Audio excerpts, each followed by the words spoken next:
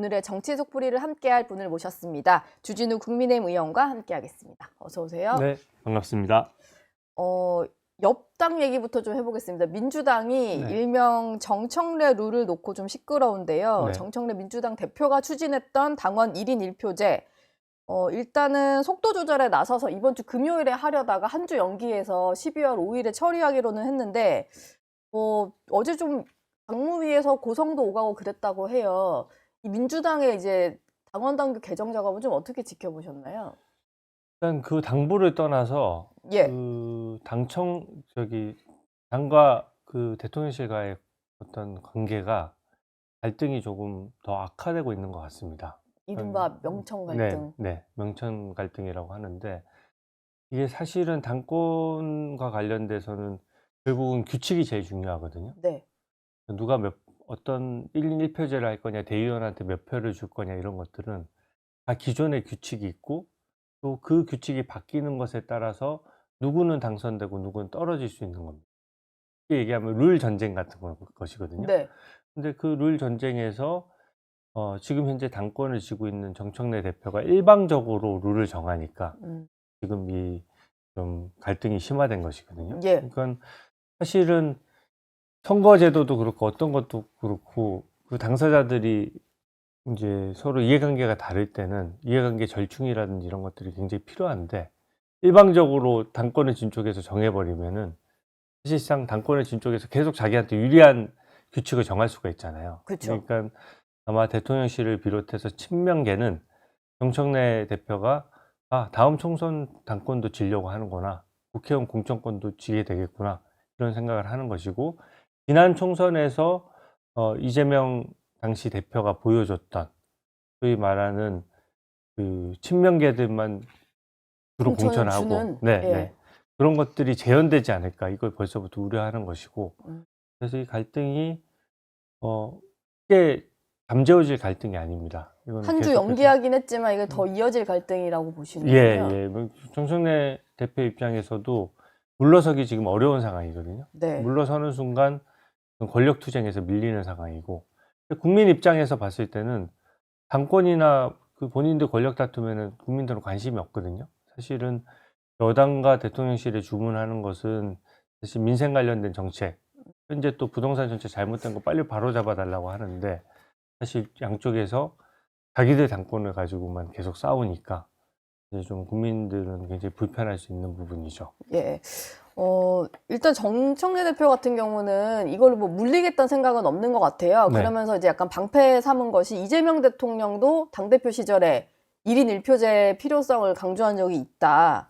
당원 주권주의를 좀 주장을 하고 있는데 저는 좀 궁금한 것이 물론 이제 와서는 이제 정청래 대표가 당권을 잡긴 했습니다만 당원 구조가 그래도 대통령을 만든 정당인데 친명 당원들도 많을 거잖아요. 네. 근데 그 전에는 왜 이거를 좀 1인 1표제 하자고 하다가 정청래 대표가 하니까 이렇게 좀 불편한 심기를 나타내는 걸까요? 네. 근데 지금은 선명성 경쟁이 벌어진 겁니다. 예. 근데 사실 대통령실 입장에서는 정당이 있을 때랑 또 다 다르거든요. 입장을 또 최소한 공정한 것처럼 보여져야 되잖아요. 그렇게 하면 국정 지지율이 떨어지기 때문에 실질적으로 국정 지지율을 생각하면 이재명 대통령을 반대하는 쪽도 수긍할 수 있는 뭔가 메시지를 어느 정도 내는 게 유리한데 네. 그 메시지를 낼 때마다 정청래 대표가 치고 들어와서 개딸들이 더 시원해할 만한 본인들 강성 지지층만 챙기는 발언들을 계속 하다 보니까 계속 밀리거든요. 그러니까 당의 헤게모니가 이제 이재명 체제에서 정청래 체제로 넘어가는 과정에 있는 것이고 그것을 정청래 대표가 눈치 보지 않고 막 해버리니까 네. 저는 굉장히 불편할 것 같고요. 정청래 대표가 얘기한 이재명 대표 때도 이렇게 하지 않았느냐, 사실상 약 올리기 아닙니까? 약 올리는 거예요? 네, 예. 사실상 약 올리는 거라고 저는 생각하거든요. 왜냐하면 당시 너도 그렇게 했으니까 나는 그렇게 하면 안 돼? 이것인데요. 네. 현재 구도로 보면 그 추진하는 쪽은 자기한테 유리한 쪽으로 추진하는 거고요. 반대하는 쪽은 불리하다고 판단하는 겁니다. 본인들이 제일 잘 아는 거예요. 정청래 대표 안대로 하면 그 정당의 의사결정 구조는 정하기 나름이거든요. 그렇죠. 네, 당의 어떤 자율권이 상당히 보장돼 있는 겁니다. 그래서 예를 들어서 대의원이나 또 민주당이 의원을 배출하지 못한 지역에 있는 당원들의 의사를 좀 더 반영할 수 있는 구조를 짠다든지 이런 것들은 얼마든지 선택 가능한 문제거든요. 네. 근데 선택한 가능한 것을 이용해서 정청래 대표는 본인이 당권을 언제든지 쉽게 질 수 있는 안을 짠 것이고요. 그렇게 인식하고 있기 때문에 친명계에서 강하게 반발하는 거죠. 제가 좀 주의 깊게 본 것은 네. 그 더민주 혁신회의라고 있지 않습니까? 친명계 원외 그룹이잖아요. 예, 친명계 그룹 중에서도 가장 강성 그룹입니다. 네. 근데 그 강성 그룹에서 이례적으로 그 이번 1인 1표제 추진에 대해서 아주 강력하게 규탄하는 성명을 내놨어요. 그러니까 보통은 대부분 외부로 메시지를 발신하는데 내부로 저격을 한 것이거든요. 그 얘기가 그만큼 정청 갈등이 심화됐다 이렇게 네. 평가할 수 있겠습니다. 정청래 대표가 좀 선명성 경쟁에 있어서 좀 치고 나가고 있다. 그래서 당의 헤게모니를 좀 가져가는 중이다 말씀 주셨는데 그 중에 하나가 이거 아닐까 싶은데요. 곧 계엄이 있은 지가 1년이 되잖아요. 정청래 대표가 어제 이런 얘기를 했는데 계엄 사태 1년을 맞아서 국민의힘이 제대로 사과를 해야 된다. 필요하다면 위헌정당 해산심판 대상에 올려서 헌법적 절차를 밟겠다. 이렇게 얘기를 했어요. 네. 벌써 위헌정당 해산심판 얘기한 것만 제가 기억하기로도 뭐 엄청나게 뭐 횟수가 많아진 것 같은데 실제로 좀 하겠다라는 얘기로 들리거든요. 어떻게 들으셨나요? 저는 사실은 이 발상 자체가 엄청 위헌적인 발상입니다. 우리 헌법 제81조는 네. 81조. 복수 정당제를 보장한다. 네. 이렇게 명확하게 돼 있어요. 일당 독재를 반대하는 겁니다. 네. 실질적으로 지금은 복수 정당 체제인 것처럼 보여지지만 실질적으로는 범여권 정당과 그리고 야권에는 국민의힘이 있는 것이거든요. 근데 국민의힘을 해산시킨다는 것은 사실상 복수 정당제가 형해화되는 겁니다. 그러니까 그 주장 자체가 헌법 제81조를 위반하는 것이고요. 근데 민주당은 또 조국혁신당도 있다 뭐 이런 얘기 할 것 같은데. 네, 아니 근데 그 실질적인 복수 정당제로 봐야죠. 그 공산주의 국가에서도 의외로 저기 중국이나 이런 데도 다당제예요? 위성 정당이 있어요. 아, 그래요? 예, 그런 당이나 그런 당파가 있지만 실질적으로는 공산당 일당 체제로 보는 것이거든요. 네. 지금 뭐 예를 들어서 우리 법사위만 예를 들면 최혁진 의원이라든지 그리고 박은정 의원이 있지만 무소속과 조국혁신당인데. 네. 단 한 번도 민주당과 입장을 달리하는 걸 저는 본 적이 없습니다. 그래서 저희도 기사 쓸 때 범여권 네, 법사위. 범여권이라는 말도 되게 좀 어색할 정도로 네. 사실상 한 정당이나 마찬가지 정도의 스탠스거든요. 네. 그러니까 헌법 제81조 위반이고 실질적으로 아무리 본인들이 헌법재판소를 장악했어도 국민의힘을 해산할 만한 무슨 팩트가 있어야 되잖아요. 근데 그것을 말로만 저렇게 하는 거는 사실상 국민에 대한 예의도 아니고 딱 개딸들 보라고 하는 메시지, 그 이상 그 이하도 아니다 이렇게 네. 말씀드리고요. 이번에 추경호 우리 전 원내대표에 대해서 구속영장을 청구했지 않습니까? 네. 민주당이 일방적으로 정한 특검임에도 불구하고 어이없게도 공범관계를 설치를 못했어요. 그러니까 비상계엄과 관련된 사태와 관련해서 구속을 하겠다라고 하면서 야당 의원을 구속하겠다라고 하면서 누구와 공모했는지를 쓰지를 못한 겁니다. 네. 공범관계를 입증을 못한 거군요. 그동안 그런 것이죠. 수사하면서. 네. 그러니까 과거의 원내대표는 원래도 여당의 원내대표는 지금도 민주당도 마찬가지입니다. 네. 대통령과 자주 만나요. 만나고 소통하고. 행사에서도 만나고 무슨 뭐 다시 당정 회의 같은 거 할 때도 마주치고 뭐 대통령실에 가서 식사도 하고 네. 그게 이제 당연한 절차 아닙니까? 그런 것들을 마치 비상계엄과 교감이 있었던 것처럼 뒤집어 씌워가지고 사실상 공범은 아니라고 하면서도 공범 비스무리하게 써놨거든요. 근데 그게 지금 내란 정당이라고 하는 프레임을 씌워서 해산 심판을 하겠다는 것인데 네. 그 민주당이 정한 특검 어떻게든 뒤집어 씌워보려고 하는 특검조차도 공범관계를 설치 못할 정도면 무슨 해산 정당 해산 이런 건 완전히 물 건너간 겁니다. 사실은 구호 같은 거거든요. 예. 근데도 계속 끊임없이 그 메시지를 발산하잖아요. 뭐가 국정에 도움이 되겠습니까? 실효성이 있겠습니까? 그렇다고 우리 국민의힘이 해산이 되겠습니까? 딱 하나밖에 없는 거예요. 정청래 대표가 다음 총선에 어떤 공천권을 쥐는 데만 도움이 되는 것이죠. 네. 내가 다음 전당대회에서 또 당대표를 연임하는 거, 네. 거기에만 도움이 되는 거군요. 네. 저는 명확하다고 생각합니다. 예.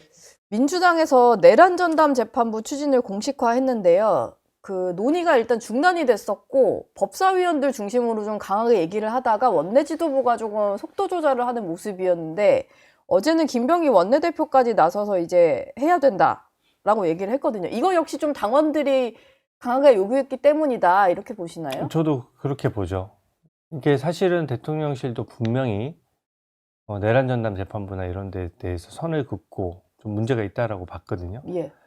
이게 사실은 대통령 국정 지지율이 많이 떨어질 수 있는 이슈입니다. 너무 북한식이잖아요.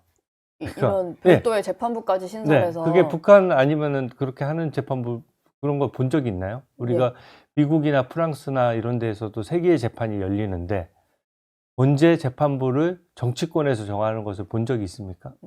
단 한 번도 본 적이 없어요. 저도 부터 시작해서 법을 공부한 것도 지금 거의 30년 가까이 되는데도 실제 사례든 연구 사례든 한 번도 본 적이 없습니다. 네. 단지 하는 곳은 북한은 법에 딱 정해져 있어요. 재판부는 특별한 경우에는 교체할 수 있다는 식의 규정이 있거든요. 네. 그러니까 북한이나 어떤 중국 체제에서나 가능한 일을 지금 여기서 하겠다라고 하니까 굉장히 불편한데 저는 답답한 것이 이 정도 사법체계는 가장 기본적인 것이고 말도 안 되는 얘기를 하는데도 말도 안 된다는 얘기 자체를 못 하는 거예요. 그러니까 그 개딸들의 조직화가 좀 심각하다. 네. 그리고 거기에서 몰표를 주거나 그 단체로 메시지 폭탄을 내리거나 하는 것들이 사실상 뭐 김어준 유튜브 쇼라든지 이런 것들이 사실상 방향성을 제시해 가면서 네. 우르르 몰려다니는 것이거든요. 저는 자유민주주의 체제를 오히려 위협한다고 생각합니다. 그래서 그런 집단적인 의사표시로 인해서 거기에 법치주의나 이런 것들이 굴복하는 모습이거든요. 네, 정청래 대표뿐만 아니라 예. 다 내란 특별재판부 얘기하시는 분들 중에 단 한 명도 예외 없습니다. 전부 다 지방선거 출마 희망자예요. 아, 네. 뭐 어딘가에는 내가 후보로 나서겠다라는 분들이 더 세게 얘기를 한다. 저는 한 명도 이거죠? 예외를 못 봤습니다. 본인이 네. 만약에 불출마 선언하고 그런 주장을 하면 제가 좀 인정해 드릴게요. 그나마. 네. 왜냐하면 역사에 되게 남는 부끄러운 짓이거든요. 사실. 내란 특별재판부를 언젠가 정치인이 책임 있는 정치인이 그것을 주장했다는 것 자체가 부끄러운 일입니다. 그러니까 재판이라는 게 공정성을 확보해야 되는데 예. 수사도 민주당이 정한 사람이, 재판도 민주당이 정한 사람이. 재판 왜 합니까? 그냥 민주당 최고위원 회의에서 그냥 결론 내려버리면 되잖아요. 거기서 형 선고하고 유죄라고 얘기해버리면 되지 왜 복잡하게 국민 세금 써가면서 재판을 왜 합니까? 그렇게 할 바에는. 그러니까 사실상 내란 특별재판부는 엄청나게 헌법 그 자체로 헌법 위반이죠. 헌법 위헌 위반인데도 소지가 세다. 네, 센데도 주장하는 것은 역시 지방선거용이다. 이렇게 단언할 수 있습니다. 저는. 안 그래도 주진 의원이 이렇게 얘기를 하셨네요.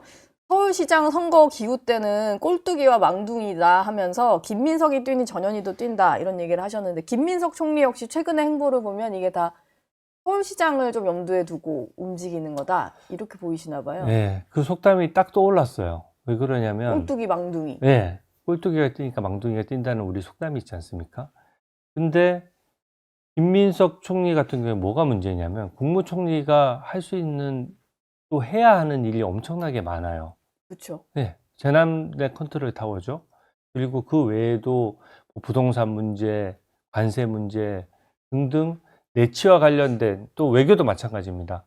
대부분 국정에 대해서 굉장히 많은 일을 해야 되는데 최근 행보를 보면 딱 오세훈 그 서울시장과 행보가 맞물리고 있어요. 그 감사의 정원이라고 그 오세훈 광화문 광장에. 네, 광화문 광장에 네. 설치된 게 있는데 그게 6.25 전쟁 때 우리 참전했던 우방국들을 기리는 내용이거든요. 거기에 대해서 또 가서 반대 메시지를 막 내고 네. 그다음에 그 종묘 관련된 문제에 있어서도 사실은 총리가 그런 문제까지 다 일일이 못 챙기거든요. 사실은 총리가 낄 문제가 아니죠. 사실은 그 부분은 서울시의 인허가권하고 사실상 종묘를 문화재를 어떻게 보호할 점을 찾아가는 부분인데 그것도 가서 메시지를 냈죠. 네. 뭐 한강버스부터 시작해서 무슨 약간 스토킹 한다고 할 정도로 계속 따라다니면서 똑같은 메시지를 낸단 말이에요. 거기에 대해서 반대되는 내용을 선명하게 내고. 네. 우연의 일치라고 보십니까? 저는 그런 생각이 안 들더라고요. 음. 그러니까 우연의 일치, 한두 번은 우연의 일치라고 할 수 있는데 이게 계속 반복되니까 아, 서울시장 후보 나오려고 하는구나라는 생각이 들고, 이쯤 되면 뭔가 의도가 있다. 네, 최소한 발은 걸쳐 놓는 것이다라는 말씀을 드리고요. 그러다 보니까 또 잠재적인 후보군이고 본인이 후보가 되고 싶어하는 전현희 의원 같은 경우에도 그렇다고 봅니다. 그러니까 예. 서로 메시지 전쟁이 일어나서 네. 국정과 상관없는 이런 메시지들이 나오는 것이거든요. 저는 국정에 방해되는 것이라고 생각합니다. 지금 저희가 약간 기술상의 문제로 저희 화면 나가는 거랑 네. 그 저희의 어떤 음성이 좀 맞지가 않는 것 같아요. 네.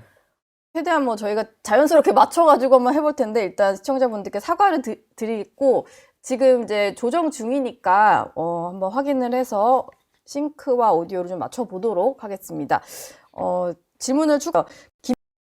김민석 총리 같은 경우는 헌법 존중 TF 활동을 개시하고 어제 첫 번째 회의를 좀 열었는데 계속해서 강조를 하고 있는 것은 무리하게 뭐 광범위하게 한다라기보다는 좀 절제해가면서 필요한 부분만 하겠다 이런 점을 좀 강조를 하고 있거든요. 근데 이게 투서도 받는다고 하고 그러다 보니까 이제 내부적인 갈등도 불거질 것 같고 관가에서는 좀 걱정이 많은 것 같아요. 네. 듣기 좋은 타령도 한두 번이라는 얘기가 있습니다. 예, 그러니까 이게 내란 타령이 너무 심해요. 사실상 내란 잔존 세력이 있어서 뭔가 숨어 있다가 또 내란을 일으킬 수 있으니 청산해야 되겠다. 이게 지금 민주당 주장 아닙니까? 네, 근데 지금 이재명 정부가 그러면은 지금 현재 국방이나 이런 데 우리가 내란을 걱정하거나 뭐 제2, 제3의 비상계엄을 걱정할 정도로 사실 우리나라 국방 시스템이 지금 무너져 있습니까? 그러면은 그 정도 무너졌다면 이 정부의 무능이고 물러나야죠. 네, 근데 사실은 내란 잔존 세력이라고 하는 말 자체가 굉장히 웃기는 말이에요. 그리고 이게 내란을 완전히 청산하겠다는 얘기는 그러면은 이번 정부에서 비상계엄 일이 없도록 하겠다는 건데 비상계엄의 발동권자가 이재명 대통령이잖아요. 그렇죠. 본인이 비상계엄 안 하면 안 하는 건데. 안 일어나는 거예요. 예. 근데 그것을 왜 내란 타령을 하면서 멀쩡히 일하고 있는 직업 공무원들을 흔드냐 이것이죠. 왜 직업 공무원 제도를 우리가 헌법상 보장하고 있습니까? 정권은 계속 바뀌어요. 네, 그럼 정권 바뀔 때마다 공무원들이 숨죽이고 눈치 보고 뭔가 기존에 있는 휴대전화 다 털리고 그렇게 되면은 지금 공무원들이 일하겠습니까? 내가 어떤 회사를 설립했는데 회사의 그 임원진이 바뀔 때마다 휴대전화 다 한번 걷어가서 전임 임원진이랑 어떤 의사결정을 통해서 제품을 개발했고 이런 것도 다 따진다면 제품 개발하겠습니까? 예. 그냥 놀고 먹으면 그만이라는 생각하지 않을까요? 그러니까 공무원 조직의 사기도 떨어뜨리지만 복지부동 우리가 공무원 제도에서 가장 문제인 것들이 그걸 지적을 많이 하잖아요. 직업공무원 제도의 약간의 부작용처럼 복지부동이 없도록 해야 된다라고 네. 해서 정권이 바뀌었다라고 해서 휴대전화 걷어간다라고 하면 범위의 문제가 아니라 그 자체가 불법적인 발상입니다. 일단 이 헌법 존중 정부 혁신 TF라는 것의 어떤 출발점 자체가 다 문제다. 저는 이름 자체를 어떻게 그렇게 정반대로 짓나 모르겠어요. 헌법 파괴 TF를 어떻게 헌법 존중 TF라는 이름을 걸 수가 있습니까? 그 말만 들으면은 되게 좋은 TF 같아가지고. 네, 결국 하겠다는 게 그거잖아요. 예. 내란 잔존 세력이 있다는 것을 전제로 네. 그 색출해서 뭔가 뭘 하겠다는 건데 적법 절차가 보장되지 않고 결론을 정해놓고 하는 어떤 징계나 수사를 네. 수사 또는 재판을 숙청이라고 하는 겁니다. 예. 이거는 그쵸. 숙청 그 이상 그 이하도 아니고요. 실질적으로 뭐 특정 사람들 몇 명 찍어서 사실은 내보내고 싶은 사람 내보낼 수 있는 부분이어서 저는 굉장히 부작용이 크다. 는 점을 말씀드립니다. 줄 세우기 뭐 그런 걸로 보여줄 수밖에 없죠, 당연히. 그리고 뭐 조금만 하겠다라고 했는데 TF를 몇 명으로 꾸렸는지 보도가 다 나왔잖아요. 네. 500명으로 꾸렸어요. 전부. 입니다. 그러면은 이 500명의 공무원들이 우리가 세금 주고 있는 일하는 공무원들이 하던 일을 멈추고 우리 민생과 관련된 일을 멈추고 공무원들 뒷조사를 하고 있는 거예요. 근데 지난 10개월간 뭐 우리 동료가 뭐 했나 이런 거 살펴보는 거네요. 그런 거죠. 사실 우리 국민이랑은 별로 상관이 없는데. 아무 상관없죠. 예. 그리고 그 공무원들도 다 다 불안해하면서 나라 걱정하시던 분들인데 그분들한테 뒤집어 씌워서 사실은 공무원이 정말 잘못했으면 네. 징계 시스템이 다 정해져 있어요. 모든 부처에는 징계 담당관이 있고 뭔가 구체적인 단서가 있을 때 징계 절차가 착수할 수 있고 그 공무원들에게 대해서 또 국민 세금으로 월급을 주고 있습니다. 그 정규 시스템을 놔두고 왜 별도 조직을 따로 만드나요? 그러니까 TF를 500명 만들어 놓고 그 다음에 한정적으로 하겠다? 500명 중에 한 명당 10명만 조사해도 어떻게 됩니까? 5,000명을 조사하는 거예요. 그러네요. 100명 조사하면 5만 명을 조사하는 겁니다. 이거 정신 차려야 되고요. 네. 그리고 무슨 구체적인 단서도 없는 상태에서 또 한번 뭐 했는지 한번 들여다보자.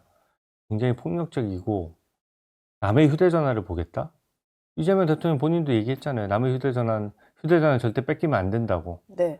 그럴 정도로 휴대전화를 보겠다는 것은 법원에서도 웬만해서 강력범죄 아니면 영장을 잘 발부하지 않거든요. 근데 공무원이 공무원의 휴대전화를 뺏어서 보게 하겠다? 그 발상이 저는 굉장히 국제적이라는 점을 말씀드립니다. 예. 본인들 월급을 누가 주는지 한번 생각해 보십시오. 그러니까 세금으로 주는데. 국민 세금인데 거기에는 국민의힘을 지지하는 국민의 세금도 들어가 있는 예. 것이고요. 지금 이재명 정부를 강력히 비판하는 국민의 세금도 들어가 있는 겁니다. 그러면 공직은 그래서 중립 의무가 있는 것이거든요. 아무리 내가 민주당 소속 의원이었어도 공무원이 되는 순간 언행을 당 소속이 없는 것처럼 얘기를 해야 되는 겁니다. 네. 근데 지금 행태가 어떻습니까? 실질적으로 버젓이 그 현재 국회의원과 장관직을 겸임하는 의원들도 나오면은 대놓고 비판에 대해 가지고 국회가 정부를 비판하는 건데 네. 마치 민주당 감싸기를 해요. 그러니까 실질적으로 뭔가 정치적인 중립의 언행을 못하고 있고 강성 지지층이 많이 보는 민주당 친여 매체잖아요. 그걸 그쵸. 부정할 사람이 있습니까? 예. 근데 거기만 나와서 설명한다는 것 자체가 반대하는 사람들한테 설명해야죠. 정책을 하려면. 정책의 설득 기능이라는 게 그런 거 아닙니까? 부동산 정책이 지금 돼서 계속해서 지금 요번에는 통계 발표된 거 보니까 역대급으로 가장 큰 폭으로 올랐다라고 해요. 국민 여러분 좀 이 불편을 감수하시면 부동산 값 잡을 수 있습니다라고 했는데 정반대 현상이 일어나고 있잖아요. 네. 그러면은 그 부분에 대해서 책임 있는 사람들이 나와서 본인 지지층을 보고 얘기할 게 아니라 네. 이 정책에 반대했던 국민들한테 설명을 하는 게 맞지 않습니까? 그리고 그 국민들의 질문에 답을 하고 예. 그 질문에 답이 막히면 그 정책 방향을 수정해야 맞지 않나요? 근데 지금 정책 효과가 전부 반대로 나오는데 이게 일종의 정신승리죠. 그냥 김어준 쇼 가서 얘기하면 누가 뭐라고 안 하잖아요. 댓글 반응도 좋을 거 아닙니까? 민주당 정권이니까. 그러니까 거기서 정신승리하는 것 외에 무슨 도움이 됩니까? 그것이. 긍정적인 지표가 단 하나라도 나와야지 희망을 가지고 우리가 기다려줄 수 있는데 네. 다 반대 지표가 나오는 거예요. 병원으로 따지면 뭔가 약을 썼는데 계속해서 병원 수치가 다 안 좋게 나오는 겁니다. 다 비정상으로 나오고 그래서 이거는 거의 수술해야 된다는 정도의 진단이 나올 수준인데 그 수치를 다 무시하고 환자한테 병이 낫고 있습니다라고 얘기하면 그게 무슨 사이비 교주나 그렇게 하는 것이지 예. 정책을 책임지는 사람이 어떻게 그 데이터를 무시하고 반대 얘기를 할 수가 있습니까? 예. 그 현상을 지적하는 것이거든요. 김어준 쇼 나갈 게 아니죠. 오히려 반대하는 국민들한테 더 설명해야 된다고 봅니다. 예. 알겠습니다. 국민의힘 얘기도 좀 해봐야 될 것 같은데요. 비상계엄이 좀 1년이 되어 가니까 당내에서도 여러 가지 의견들이 좀 나오는 것 같습니다. 1년 메시지 상당히 중요하다는 건 다 공감을 하실 것 같고요. 근데 장동혁 대표가 최근에 보여주는 행보를 보면 계속해서 그냥 결집, 뭉쳐야 된다, 체제전쟁 이런 얘기를 하시는데 네. 지금 이제 중도층에 있는 다수의 국민들이 바라는 것은 국민의힘이 이제 계엄을 좀 넘어서서 미래 비전을 보여줬으면 하는 거거든요. 지금 당 상황이 그렇게 가고 있다고 보이시나요? 그 점에 대해서 한 가지 좀 제가 분명히 하고 싶은 점이 있는데요. 예. 민주당은 비상계엄 사과하라라고 해서 계속 그 메시지를 발신해요. 비상계엄과 내란 관련된 프레임으로 계속 정치판을 이끌겠다는 저는 정치적 계산이 분명히 있다라고 생각을 하고요. 예. 사실 비상계엄과 관련된 사과는 되게 여러 번 했습니다. 실질적으로 보면 국무마다 하시기는 아니요, 하셨죠. 제가 한번 말씀을 드려볼게요. 한동훈 대표 사과했어요. 권영세 비대위원장 사과했습니다. 김용태 비대위원장도 사과했어요. 그리고 송원석 비대위원장도 사과했거든요. 그리고 김문수 대선 후보조차도 사과를 했습니다. 했어요. 다 언론 보도에 나왔어요. 네. 근데 마치 사과를 한 번도 안 한 듯이 이제 민주당에서 이제 그 얘기를 하거든요. 북한에 800만 불 퍼준 이하영 부지사 형 확정됐는데 사과하는 거 보셨습니까? 자기들 당대표 선거하는데 돈 봉투가 난무했는데 사과하는 거 보셨어요? 그리고 본인들 대선 후보였던 이재명 후보 때 김용이 그 6억 원 받아가지고 2심까지 유죄가 났는데 그 과정에서 여러 가지 증거가 공개됐는데 거기에 대해 사과했습니까? 최근까지로 얘기 넘어오면 항소 포기와 관련돼서 국민들이 대다수가 다 잘못됐다라고 얘기하는데 사과합니까? 안 하잖아요. 뭐 상관없다고 하고 있으니까. 네. 예. 아니 상관없었어도 만약에 그게 법무부 산하에 지금 이게 누구 정부인데요? 네. 이재명 정부잖아요. 설사 이재명 대통령이 직접 지시하지 않았다고 하더라도 사과합니까? 저는 그 점을 말씀드리고 싶고 예. 어떤 정치사에서도 과거지향적인 세력과 미래지향적인 세력이 부딪혔을 때 결국은 시간은 미래지향적인 세력이거든요. 저는 민주당이 내란 타령 원툴이라고 생각해요. 솔직히 말씀드려서. 네.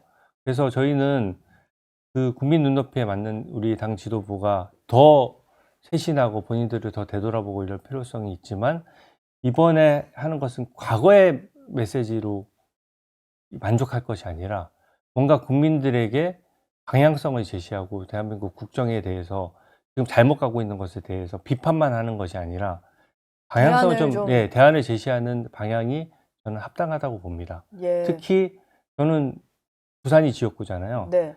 지방 공동화가 정말로 심각해요. 서울 집값이 오르는 이유가 뭐겠습니까?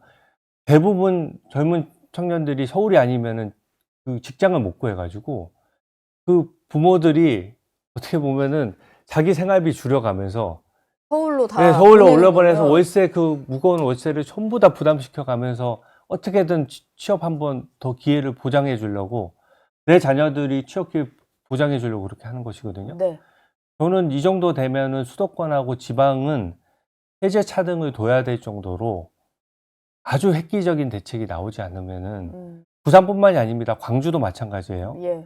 그리고 전남, 전북, 대전, 충남 할 것 없습니다. 강원, 제주 다 모든 사람들이 서울 수도권으로 빨려 들어가고 있고 그로 인해서 네. 서울 수도권은 수도권대로 집값이 올라서 국민들이 굉장히 불편해해요. 네. 그럼 이 정도 되면은 저는 지방선거를 앞두고 정말로 획기적인 대책과 어젠다가 나와야 된다라고 보고 저는 아예 그냥 세제를 지방에서 사는 사람과 서울에 사는 사람의 세제가 어느 정도 차등화되는 정도가 돼야지 그 정도 획기적인 대책이어야 저는 이걸 살릴 수 있다라고 보고 예. 저는 그 민주당 프레임만으로 가는 것은 반대합니다. 그리고 우리는 우리만의 목소리를 내야 되고 그 과정에서 지도부가 여러 가지 균형을 맞춰서 네. 지금 지도부를 비판하는 목소리에도 다 같이 귀를 기울여서 좀 이번에 좀 제대로 된 메시지를 내주셨으면 좋겠습니다. 예.